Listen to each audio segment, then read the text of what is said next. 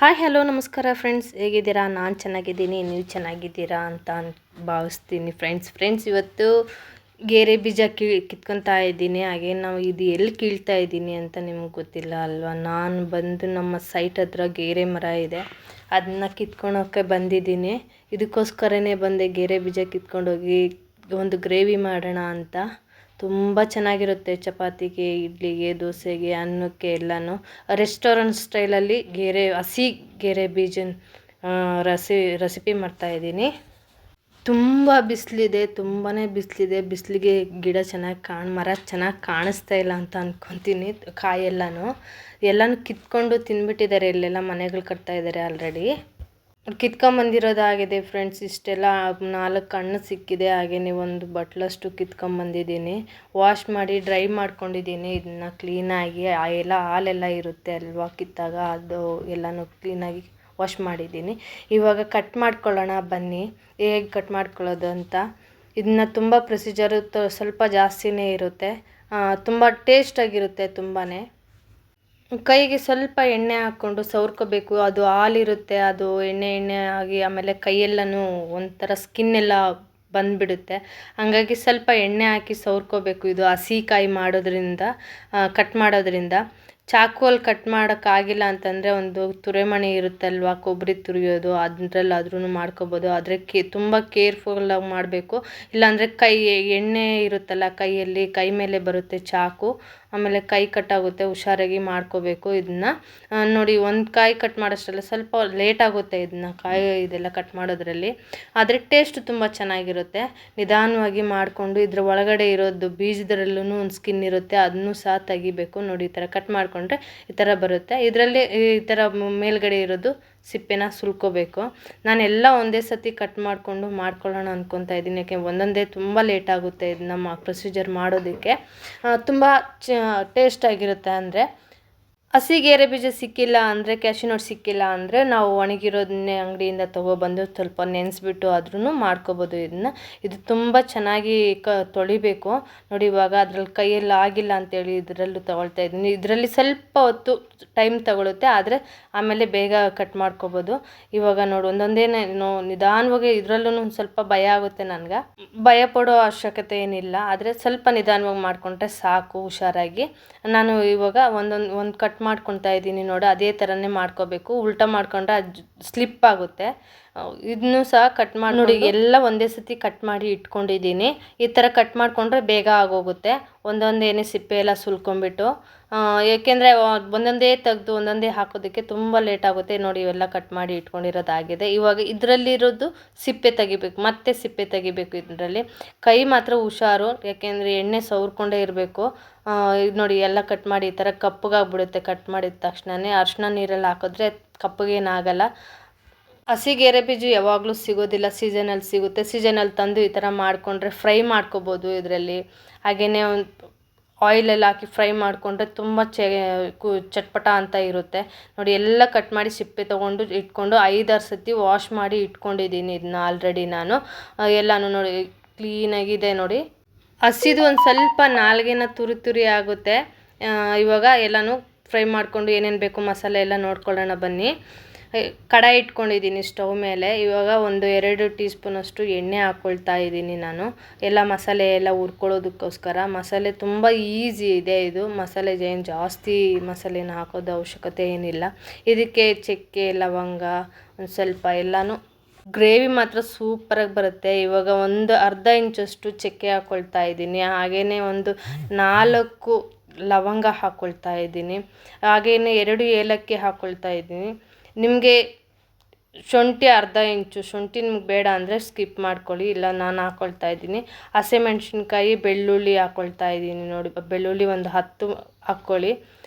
ಇದನ್ನು ಜೀರಿಗೆ, ಒಂದು ಸೋಂಪು ಹಾಕ್ಕೊಳ್ತಾ ಇದ್ದೀನಿ. ನೀವು ಅರ್ಧ ಟೀ ಸ್ಪೂನಷ್ಟು ಸಾಕಾಗಿದೆ ನನಗೆ. ನಿಮಗೆ ಎಷ್ಟು ಬೇಕೋ ಅಷ್ಟು ಹಾಕ್ಕೊಳ್ಳಿ. ಇಷ್ಟೇ ಮಸಾಲ. ಇದಕ್ಕೆ 1-2 ಮೆಣಸಿನ್ಕಾಯಿನೂ ಹಾಕ್ಕೊಳ್ಬೇಕು. ಹಸಿಮೆಣ್ಸಿನ್ಕಾಯಿ ಹಾಕ್ಕೊಳ್ಳಿ, ನಿಮ್ಗೆ ಬೇಡ ಅಂದರೆ ಸ್ಕಿಪ್ ಮಾಡ್ಕೊಳ್ಳಿ. ಇದನ್ನು ಸ್ವಲ್ಪ ಫ್ರೈ ಮಾಡ್ಕೊಳ್ಳೋಣ. ಎಕ್ಸ್ಟ್ರಾ ಧನಿಯಾ ಪೌಡರು, ಚಿಲ್ಲಿ ಪೌಡ್ರ್ ಹಾಕ್ಕೊಳ್ತೀವಲ್ಲ, ಅದಕ್ಕೇನು ಅವಶ್ಯಕತೆ ಇರಲ್ಲ. ನಿಮಗೆ ಬೇಕು ಅಂದರೆ ಹಾಕ್ಕೊಳ್ಳಿ, ಇಲ್ಲ ಅಂದರೆ ಇಲ್ಲ. ಘಮ ಚೆನ್ನಾಗಿರುತ್ತೆ ಹಸಿಮೆಣ್ಸಿನ್ಕಾಯಿ ಹಾಕ್ಕೊಂಡ್ರೆ. ಲೋ ಟು ಹೈ ಫ್ಲೇಮಲ್ಲಿ ಒಂದು ಸ್ವಲ್ಪ ಹೊತ್ತು ಫ್ರೈ ಮಾಡ್ಕೋಬೇಕು. ಹಸಿಮೆಣ್ಸಿನ್ಕಾಯಿ ಕಟ್ ಮಾಡಿ ಹಾಕ್ಕೊಳ್ಳಿ ಎಣ್ಣೆಗೆ ಹಾಕಿದಾಗ, ಇಲ್ಲ ಅಂದರೆ ಅದು ಮುಖಕ್ಕೆ ಎಗರುತ್ತೆ. ಇವಾಗ 10 ಗೋಡಂಬಿನೂ ಹಾಕ್ಕೊಳ್ತಾ ಇದ್ದೀನಿ ಡ್ರೈದು. ಅರ್ಧ ಕಪ್ಪಷ್ಟು ಒಂದು ಈರುಳ್ಳಿ ಹಾಕ್ಕೊಳ್ತಾ ಇದ್ದೀನಿ. ಇದನ್ನೂ ಒಂದು ಸ್ವಲ್ಪ ಗೋಲ್ಡನ್ ಕಲರ್ ಬರೋ ಗಂಟ ಒಂದು ಸ್ವಲ್ಪ ಹುರ್ಕೋಬೇಕು. ಇವಾಗ ಒಂದು ಕಪ್ಪಷ್ಟು ನಿಮಗೆ ಗ್ರೇವಿ ಎಷ್ಟಕ್ಕೆ ಬೇಕೋ ಅಷ್ಟು ನೋಡಿಕೊಂಡು 1 ಕಪ್ಪಷ್ಟು ಟೊಮಟೊ ಹಾಕ್ಕೊಳ್ತಾ ಇದ್ದೀನಿ. ದೊಡ್ಡದೊಂದು 2 ಆದರೆ ಸಾಕು. ಇದನ್ನೂ ಒಂದು ಸ್ವಲ್ಪ ಫ್ರೈ ಆಗಲಿ ಚೆನ್ನಾಗಿ. 1-2 ನಿಮಿಷ ಈ ಥರ ಕೈ ಆಡಿಸ್ತಾ ಇರಬೇಕು. ಹಾಗೆಯೇ ಇದಕ್ಕೆ ಬೇಕಾಗುವಷ್ಟು ಸ್ವಲ್ಪ ಉಪ್ಪು ಹಾಕ್ಕೊಳ್ಳೋಣ. ಇವಾಗ ಒಂದು ಸ್ವಲ್ಪ ಹಾಕ್ಕೊಳ್ಳಿ ಸಾಕು. ಆಮೇಲೆ ಗ್ರೇವಿ ಆದಮೇಲೆ ಹಾಕ್ಕೊಳ್ಬೇಕು ಟೇಸ್ಟ್ ನೋಡಿಕೊಂಡು. ಅದನ್ನ ಸ್ವಲ್ಪ ಅರಿಶಿನ ಹಾಕ್ಕೊಳ್ಳಿ. ಹೀಗೆ 5 ನಿಮಿಷ ಒಂದು ಸ್ವಲ್ಪ ಬೇಯಿಸ್ಕೊಳ್ಳೋಣ. ಬೇಯಿಸ್ಕೊಂಡಾದಮೇಲೆ ಹಾರಕ್ಕೆ ಬಿಡಬೇಕು. ಇದನ್ನು ಹಾರಕ್ಕೆ ಬಿಟ್ಟಾದಮೇಲೆ ಸ್ವಲ್ಪ ನೋಡಿ ಎಣ್ಣೆ ಬಿಟ್ಟಿದೆ ನೋಡಿ, ಆ ಥರ ಫ್ರೈ ಆಗಬೇಕು. ಇವಾಗ ಆಗಿದೆ, ಸೈಡ್ಗೆ ಇಟ್ಬಿಟ್ಟು ಇನ್ನೊಂದು ಟೈಮು ಎಲ್ಲನೂ ಅದೇ ಬಾಣಲಿಗೆ ಎಣ್ಣೆ ಹಾಕ್ಕೊಳ್ತಾ ಇದ್ದೀನಿ. ಎಣ್ಣೆ ಏನಕ್ಕಪ್ಪ ಅಂದರೆ ಇವಾಗ ಗೋಡಂಬಿನ ಸ್ವಲ್ಪ ಫ್ರೈ ಮಾಡ್ಕೋಬೇಕು. ಫ್ರೈ ಮಾಡಿಕೊಂಡ್ರೆ ತುಂಬಾ ಚೆನ್ನಾಗಿರುತ್ತೆ ಕ್ರಂಚಿಯಾಗಿ, ಇಲ್ಲಾಂದರೆ ಕಚ್ಚ ಕಚ್ಚ ಅಂತ ಇರುತ್ತೆ. ಇದು ಹಸಿದು ತುಂಬಾ ಟೇಸ್ಟಾಗಿರುತ್ತೆ. ಗೇರೆ ಬೀಜ ಸಿಗೋದು ಕಷ್ಟ ಎಲ್ಲರಿಗೂ, ಅಂದರೆ ನನಗೆ ನಮ್ಮ ಸೈಟ್ ಹತ್ರ ಇರೋದ್ರಿಂದ ನಾನು ಕಿತ್ಕೊಬಂದಿದ್ದೀನಿ. ಆನ್ಲೈನಲ್ಲೆಲ್ಲ ಸಿಗೋಲ್ಲ ಅನಿಸುತ್ತೆ, ನಾನು ಯಾವತ್ತೂ ನೋಡಿಲ್ಲ. ಸಿಕ್ಕಿದ್ರೆ ಮಾತ್ರ ಬಿಡಬೇಡಿ, ಇದನ್ನು ತುಂಬ ಚೆನ್ನಾಗಿರುತ್ತೆ. ನೋಡಿ ಫ್ರೈ ಮಾಡ್ಕೊಂಡಿರೋದಾಗಿದೆ. ಇವಾಗ ಇದನ್ನೂ ಸಹ ಸೈಡ್ಗೆ ಎತ್ತಿಟ್ಕೊಳ್ಳೋಣ. ಜಾಸ್ತಿ ಫ್ರೈ ಮಾಡೋದೇನು ಬೇಕಾಗಿಲ್ಲ, ಮತ್ತು ನಾವು ಕುದಿಸ್ತೀವಲ್ಲ ಅದರಿಂದ ನಮಗೆ ಜಾಸ್ತಿ ಫ್ರೈ ಮಾಡೋದೇನು ಬೇಕಾಗಿಲ್ಲ. ಇವಾಗ ರುಬ್ಕೊಂಬರೋಣ. ಇದಕ್ಕೆ ಏನೇನು ಬೇಕು ಎಲ್ಲನೂ ಮಾಡ್ಕೊಂಡಿದ್ದೀನಿ.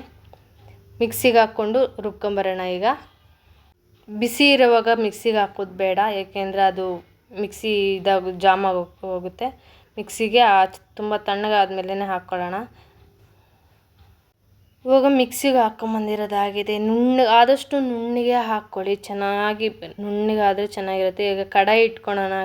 ಸ್ಟವ್ ಮೇಲೆ ಕಡಾಯಿ ಇಟ್ಕೊಂಡು 1-2 ಟೀ ಸ್ಪೂನಷ್ಟು ಎಣ್ಣೆ ಹಾಕೋಣ. ಎಣ್ಣೆ ಹಾಕಿದ್ದು ಬಿಸಿ ಆಗಲಿ, 1 ನಿಮಿಷ ಬಿಸಿ ಆಗೋ ಗಂಟ ಹಾಗೆ ಬಿಡಬೇಕು. ಸಾಸಿವೆ ಎಲ್ಲ ಸಿಟ್ಟಬೇಕು.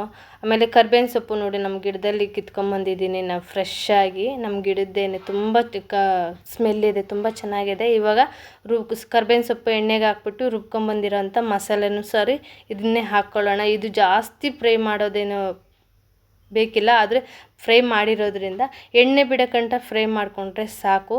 ಅದು ಹಸಿ ಸ್ಮೆಲ್ಲೇನು ಇರೋದಿಲ್ಲ. ಫ್ರೈ ಮಾಡಿದ್ದೀವಿ ಮೊದಲಿಗೇನೆ ಆಲ್ರೆಡಿ ನಾವು. ನೋಡಿ ಎಣ್ಣೆ ಬಿಟ್ಟಾಗಿದೆ. ಇವಾಗ ಆಗಿದೆ. ಮಸಾಲೆ ಎಲ್ಲ ಹಾಕ್ಕೊಳ್ಳೋಣ. ನೋಡಿ ಒಂದು ರೆಡ್ ಚಿಲ್ಲಿ ಪೌಡ್ರು ಒಂದು ಸ್ಪೂನ್ ಹಾಕ್ತಾಯಿದ್ದೀನಿ. 1 ಸ್ಪೂನ್ ಹಾಕ್ಕೊಂಡ್ರೆ ಸಾಕು. ಖಾರಕ್ಕೆ ತಕ್ಕನಾಗೆ ಹಾಕ್ಕೊಳ್ಳಿ. 1-2 ಟೇಬಲ್ ಸ್ಪೂನಷ್ಟು ನಾನು ಧನಿಯಾ ಪೌಡ್ರು ಹಾಕ್ಕೊಳ್ತಾ ಇದ್ದೀನಿ. ಇದಕ್ಕೆ ಜೀರಾ ಪೌಡ್ರು ಒಂದು ಸ್ವಲ್ಪ ಹಾಕ್ಕೋಬೇಕು. ಇದು ಧನಿಯಾ ಪೌಡ್ರೆಲ್ಲ ಹಸಿ ಸ್ಮೆಲ್ ಹೋಗೋ ಗಂಟ ಒಂದು ಸ್ವಲ್ಪ ಫ್ರೈ ಮಾಡ್ಕೊಳ್ಳೋಣ. ತುಂಬಾ ಚೆನ್ನಾಗಿರುತ್ತೆ. ಇದಕ್ಕೆ ರೈಸ್ಗೂ ತುಂಬ ಚೆನ್ನಾಗಿರುತ್ತೆ. ಆಮೇಲೆ ಪರೋಟ, ಚಪಾತಿ, ಇಡ್ಲಿ, ದೋಸೆಗೆ ಎಲ್ಲನೂ. ಹಾಗೆ ಫ್ರೆಂಡ್ಸ್, ಯಾರೆಲ್ಲ ನನ್ನ ವಿಡಿಯೋ ನೋಡ್ತಾ ಇದ್ದೀರಾ ಮೊದಲಿಗೆ ದಯವಿಟ್ಟು ಸಬ್ಸ್ಕ್ರೈಬ್ ಮಾಡ್ಕೊಳ್ಳಿ, ಸಪೋರ್ಟ್ ಮಾಡಿ, ಲೈಕ್ ಕೊಡಿ, ಹಾಗೆಯೇ ಹೈಪ್ ಮಾಡಿ. ಇವಾಗ ಮಿಕ್ಸಿಯಲ್ಲಿ ತೊಳೆದು ಇಟ್ಕೊಂಡಿರೋ ಅಂಥ ನೀರು ಸಹ ಹಾಕ್ತಾಯಿದ್ದೀನಿ. ಇದಕ್ಕೇನೆ ನಿಮಗೆ ಗ್ರೇವಿ ಕನ್ಸಿಸ್ಟೆಂಟ್ ನೋಡಿಕೊಂಡು ಹಾಕ್ಕೊಳ್ಳಿ. ಗ್ರೇವಿ ಜಾಸ್ತಿ ಬೇಕು ಅಂದರೆ ಸ್ವಲ್ಪ ನೀರು ಜಾಸ್ತಿ ಹಾಕ್ಕೊಳ್ಳಿ. ಗಟ್ಟಿಯಾಗಿ ಇರಲಿ ಅಂತಂದರೆ ಗಟ್ಟಿಯಾಗಿ ಇರಲಿ, ಸ್ವಲ್ಪ ನೀರು ಕಮ್ಮಿ ಮಾಡ್ಕೊಳ್ಳಿ. ಇವಾಗ ಇದನ್ನು ಸಹ ಮಿಕ್ಸ್ ಮಾಡಿ 1-5 ನಿಮಿಷ ಕುದಿಯೋಕ್ಕೆ ಬಿಡೋಣ. ಹಾಗೆ ರುಚಿಗೆ ತಕ್ಕಷ್ಟು ನಾವು ಮೊದಲಿಗೆ ಹಾಕ್ಕೊಂಡಿದ್ವಲ್ಲ, ಟೇಸ್ಟ್ ನೋಡಿಕೊಂಡು ಸಾಲ್ಟ್ ಹಾಕ್ಕೊಳ್ಳಿ. ಇದನ್ನ ಒಂದು ಸ್ವಲ್ಪ ಮುಚ್ಚಿಡೋಣ. ಇವಾಗ ಒಂದು 5 ನಿಮಿಷ ಮುಚ್ಚಿಟ್ಬಿಟ್ಟು ಕುದಿಯೋಕ್ಕೆ ಬಿಡೋಣ. ಇವಾಗ ಕುದಿರೋದು ಆಗಿದೆ ಫ್ರೆಂಡ್ಸ್. ನೋಡಿ ಎಷ್ಟು ಗುಳ್ಳೆ ಬರ್ತಾ ಇದೆಯಲ್ಲ, ಚೆನ್ನಾಗಿ ಆ ಥರ ಆದಾಗ ಸಾಕಾಗಿದೆ ಇಷ್ಟು. ಇವಾಗ ನಾವು ಕಟ್ ಮಾಡಿ ನೋಡ್ಕೊಳ್ಳಿ. ಇವಾಗ ಎಷ್ಟು ಗಟ್ಟಿ ಬೇಕಾ, ನೀರು ಬೇಕಾ ಅಂತ. ಇವಾಗಲೇ ಸ್ವಲ್ಪ ನೀರು, ಸಾಲ್ಟು ಏನಾದರೂ ಕಮ್ಮಿ ಇದ್ದರೆ ಹಾಕ್ಕೊಂಬಿಡಿ. ಇವಾಗ ಫ್ರೈ ಮಾಡಿ ಇಟ್ಕೊಂಡಿರೋ ಅಂಥ ಕ್ಯಾಶ್ಯೂ ನಟ್ಟು ಸಹ ಇದರಲ್ಲೇ ಇವಾಗ ಹಾಕ್ಕೊಂಡು ಒಂದು 10 ನಿಮಿಷ ಬೇಯಿಸ್ಕೊಳ್ಳೋಣ. ಈಗ ಬೇಯಿಸ್ಕೊಂಡಿರೋದಾಗಿದೆ ಫ್ರೆಂಡ್ಸ್. ಇವಾಗ ಲಾಸ್ಟ್ ಮೂಮೆಂಟು ಕಸ್ತೂರಿ ಮೆಂತಿನೂ ಒಂದು ಸ್ವಲ್ಪ ಹಾಕ್ಕೊಳ್ಳೋಣ. ತುಂಬ ಚೆನ್ನಾಗಿರುತ್ತೆ. ಹಾಗೆಯೇ ಲಾಸ್ಟಲ್ಲಿ ಕೊತ್ತಂಬರಿ ಸೊಪ್ಪು ಹಾಕ್ಕೊಳ್ಳೋಣ. ಇದನ್ನ ಕಸ್ತೂರಿ ಮೆಂತಿ ಮಾತ್ರ ಸ್ಕಿಪ್ ಮಾಡಬೇಡಿ. ಇದ್ದರೆ ಹಾಕ್ಕೊಳ್ಳಿ, ಇಲ್ಲಾಂದರೆ ಸ್ಕಿಪ್ ಮಾಡ್ಕೊಳ್ಳಿ. ಇಲ್ಲಾಂದರೆ ಏನೂ ಮಾಡೋಕ್ಕಾಗಲ್ಲ. ಇಲ್ಲ ಹಸಿ ಇದ್ದರೆ ಫಸ್ಟಿಗೆ ಫ್ರೈ ಮಾಡ್ಕೊಳ್ಳಿ. ಈಗ ಆಗಿದೆ. ಕೊತ್ತಂಬರಿ ಸೊಪ್ಪನ್ನ ಹಾಕ್ಕೊಂಡ್ಬಿಟ್ಟು 2 ನಿಮಿಷ ಬಿಟ್ಟು ಬೇರೆದ್ರಲ್ಲಿ ಸರ್ವ್ ಮಾಡ್ಕೊಳ್ಳೋಣ. ಎಷ್ಟು ಕಲರಾಗಿ ಎಷ್ಟು ಚೆನ್ನಾಗಿ ಬಂದಿದೆಯಲ್ಲ. ನಿಮ್ಗೆ ಇಷ್ಟ ಆದರೆ ಲೈಕ್ ಮಾಡಿ, ಶೇರ್ ಮಾಡಿ, ಸಬ್ಸ್ಕ್ರೈಬ್ ಮಾಡಿ. ಹಾಗೆಯೇ ನೋಡಿ ಫುಲ್ ಸರ್ವ್ ಮಾಡ್ಕೊಂಡಿರೋದಾಗಿದೆ. ಇನ್ನೊಂದು ವಿಡಿಯೋದಲ್ಲಿ ಸಿಗೋಣ. Bye friends. ಇಷ್ಟೊತ್ತು ನೋಡೋದಕ್ಕಾಗಿ thank you so much. Bye bye.